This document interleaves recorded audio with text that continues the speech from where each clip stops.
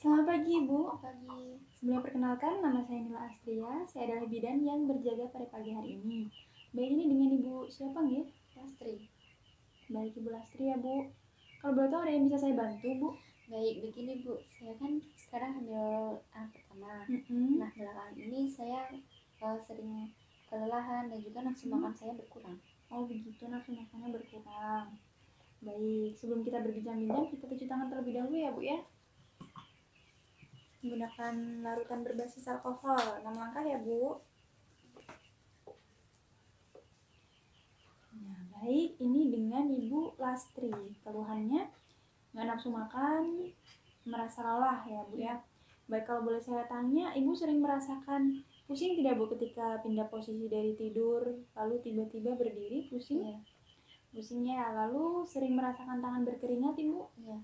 Tangan berkeringat iya, jantung berdebar-debar gitu kadang? Iya, kadang. Kadang-kadang ya, tapi memang pernah dirasakan? Pernah. Baik, kalau begitu. Nah, dari hasil anamnesis kajian saya sementara ini ya, dugaannya adalah Ibu menderita anemia sedang. Nah, di mana anemia sedang itu adalah kekurangan sel darah merah. Namun kemungkinannya akan dilakukan pemeriksaan untuk mengetahui apakah ibu ini tergolong ke dalam anemia sedang, ringan, ataupun berat, seperti itu. Nah, sebelumnya saya akan melakukan pengkajian data ya, Bu ya, di mana pengkajian ini berfungsi untuk mengetahui data-data ibu yang pertama, yang kedua untuk mengetahui riwayat kesehatan ibu, seperti itu sebelum dilakukan pemeriksaan lebih lanjut ya, Bu. Apakah ibu bersedia? Iya. Baik, kalau ibu bersedia, kalau boleh tahu namanya siapa ibu lengkap? Lastri Astrida. Lastri Astrida ya, Bu. Umurnya berapa, Bu? 23 tahun. 23 tahun. Untuk nama suaminya siapa, Bu? Rudi Witanto. Rudi Witanto ya. Usianya 27 tahun. 27 tahun. Ibu orang Indonesia asli ya? Iya. Lalu suku bangsanya Jawa ya, Bu? Iya. Jawa, agama Islam. Pendidikan terakhir apa, Bu? SMA. SMA ya. Suaminya? Sama. Sama. Untuk pekerjaannya apa, Bu? Wira swasta. Wira swasta ya. Alamatnya di mana, Bu? Mojosongo. Mojosongo. Nah. Baik, untuk berikutnya saya akan bertanya tentang riwayat menstruasi ya, Bu. Ibu kalau boleh tahu mens pertama kali usia berapa, Bu? 14 tahun. 14 tahun ya. Siklus haidnya berapa, Bu? 28 hari. 28 hari ya. Banyaknya Ibu biasanya ganti pembalut sehari berapa kali, Bu? 3 kali. 3 kali ya. Lalu Ibu sering merasakan disminor nggak? Kalau hari pertama. Hari pertama itu sakit perut ya, disminor. Lalu warna darahnya bagaimana, Ibu? Merah segar. Merah segar. Sifat darahnya encer ya? Iya. Oke. Nah, ini kan Ibu berarti hamil pertama kali ya, anak pertama. Nah, kalau boleh tahu Ibu ingat nggak HT-HT-nya berapa, Bu? Hari pertama haid terakhir. Tanggal 21 Maret 2020. Oke. Lalu untuk keluhannya ada, Bu? Trimester 1? Tidak. Mual muntah nggak? Iya, kadang di pagi hari. Mual muntah kadang di pagi hari ya. Selain itu ada keluhan? Nggak ada? Cuma itu tadi ya, nafsu makannya berkurang sama lelah. Oke. Nah, berikutnya saya akan bertanya tentang nyeri perut. Ibu sering nyeri perut nggak? Tidak. Tidak. Sakit kepala yang selain yang tadi anemia tadi nggak ada ya? Penglihatan kabur? Tidak. Tidak. Nyeri pada saat buang air kecil nggak ada? Tidak. BAB? Tidak. Aman. Di daerah kewanitaannya ada rasa gatal-gatal atau mengeluarkan cairan, Ibu? Tidak. Aman? Aman ya. Ada pembengkakan kaki, Bu? Tidak. Baik, Ibu kalau boleh tahu BAK-nya atau buang air kecilnya sehari berapa kali, Bu? 4-5 kali. 4-5 kali. Lalu Ibu biasa tidur siang tidak, Ibu? Iya. Tidur siang. Kalau malam tidurnya jam berapa, Bu? 9 malam, bangunnya jam 5 pagi ya. Untuk pola istirahatnya sudah bagus. Lalu Ibu sudah pernah menerima imunisasi TT? Belum ya. Oke, TT2 berarti belum ya, Bu. Oke, sekarang saya akan bertanya tentang riwayat kesehatan. Mungkin Ibu mempunyai riwayat penyakit yang pernah diderita, Ibu. Ada nggak, Bu? Misalkan penyakit jantung gitu? Tidak. Nggak ada. Ginjal nggak ada ya, Bu? Tidak. Asma, TBC, Tidak. hepatitis, Tidak. diabetes mellitus, hipertensi, epilepsi nggak ada semua ya, Bu? Alhamdulillah. Untuk riwayat keluarga, ada nggak, Bu, kira-kira yang punya riwayat penyakit serius di keluarganya? Nggak ada ya, Bu. Baik, saja saya akan tanya tentang riwayat sosial dan ekonomi. Ibu ini kawin menikah itu udah berapa Bu? Usia berapa? Usia berapa? Sudah 2 tahun menikah. 2 tahun menikah. Usia Ibu waktu menikah 22. Untuk suaminya 27 tahun. Oke.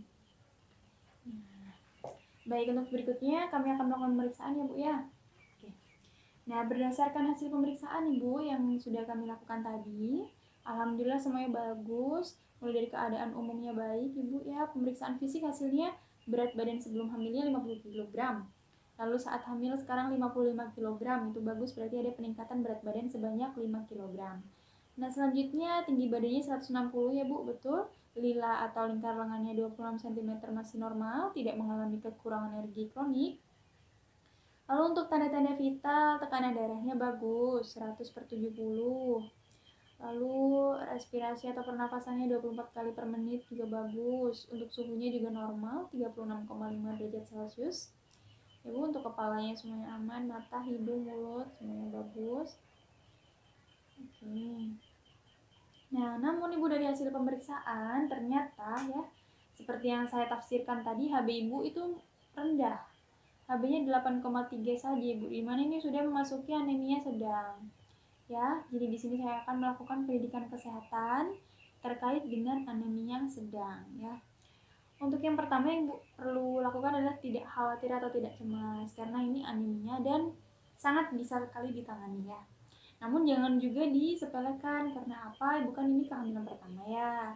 Jadi kalau bisa segera tangani anemianya seperti itu. Nah Ibu, kalau boleh tahu sebelumnya udah pernah baca referensi terkait dengan anemia sedang? Belum ya, kalau begitu saya jelaskan. Jadi Bu, anemia itu pada intinya adalah kekurangan darah. Kekurangan sel darah merah atau eritrosit atau hemoglobin yang bisa disebut ya. Nah, di mana hemoglobin ini bertugas untuk menghantarkan atau mensuplai zat-zat nutrisi, sari-sari makanan, dan oksigen kepada seluruh tubuh kita. Nah, ketika ibu hamil, itu kan suplainya tidak hanya ke ibu saja, namun melainkan ke bayinya juga, sehingga kebutuhan hemoglobin pada ibu hamil itu meningkat karena apa yang disuplaikan bertambah gitu, disuplainya lewat plasenta seperti itu. Nah, ketika ibu hamil dengan anemia, otomatis kan ini untuk kadar hemoglobinnya sangat rendah Bu, sehingga cenderung tidak dapat memenuhi kebutuhan nutrisi dan oksigen dalam tubuh seperti itu, sehingga dikhawatirkan akan terjadi komplikasi-komplikasi yang lain kalau tidak segera ditangani seperti itu. Nah, jadi di sini saya akan menjelaskan bagaimana tindakan yang akan dilakukan, yang harus Ibu ubah apa saja untuk menangani anemia sedang tersebut, sehingga tidak akan menjadi anemia yang berat, karena kalau udah berat penanganannya sudah lebih rumit lagi ya Bu, seperti itu akan menimbulkan komplikasi-komplikasi pada kehamilan. Nah, di sini saya akan menjelaskan, apakah Ibu bersedia? Baiklah, bersedia ya Bu. Untuk hal pertama yang Ibu lakukan, Ibu tidak perlu cemas ya, kalau bisa dikurangi stresnya, jangan terlalu banyak pikiran ya. Untuk yang kedua, yang perlu Ibu lakukan adalah beristirahat dengan cukup. Ya, tadi jam istirahatnya sudah bagus, kalau bisa diperbaiki lagi. Tidur siangnya ditambah jamnya, paling tidak 1-2 jam ya tidur siang. Lalu tidur malamnya ya masih boleh, itu jam 9 sampai jam 6 itu udah cukup. Lalu seandainya Ibu ada kegiatan di rumah, bisa dikurangi ya Bu, jangan terlalu capek, intinya istirahatnya diperbaiki seperti itu. Nah, lalu Ibu, yang perlu Ibu lakukan adalah apa istilahnya, mengkonsumsi tablet besi. Jadi nanti saya akan memberikan tablet besi ya Bu ya, nanti dikonsumsi secara rutin. Tablet besinya itu untuk mendongkrak kadar hemoglobin dalam tubuh Ibu, sehingga tidak terjadi anemia lagi. Nanti diharapkan kontrol berikutnya kadar HB-nya diperiksa udah naik ya Bu ya. Oke, nah untuk tablet FE nanti konsumsinya begini Bu, Ibu kan konsumsi tablet FE.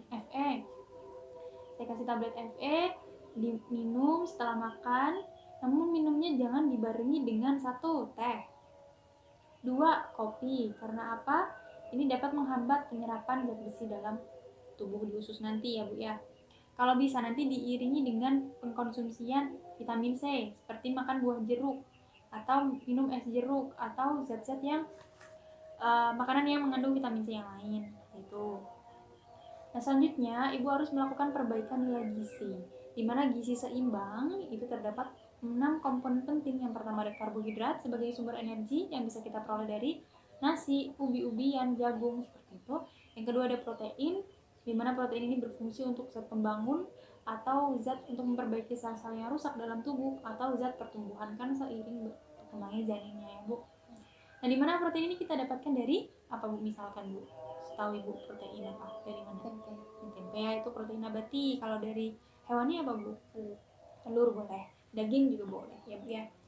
Nah, untuk yang berikutnya ada lemak, dimana ini sebagai sumber cadangan makanan tubuh ya Bu. Lalu ada vitamin, dimana diperoleh dari sayur-sayuran dan buah-buahan yang kaya serat seperti itu. Nah, yang kelima adalah kebutuhan mineral tubuh atau cairan tubuh, yaitu 18 per hari seperti itu.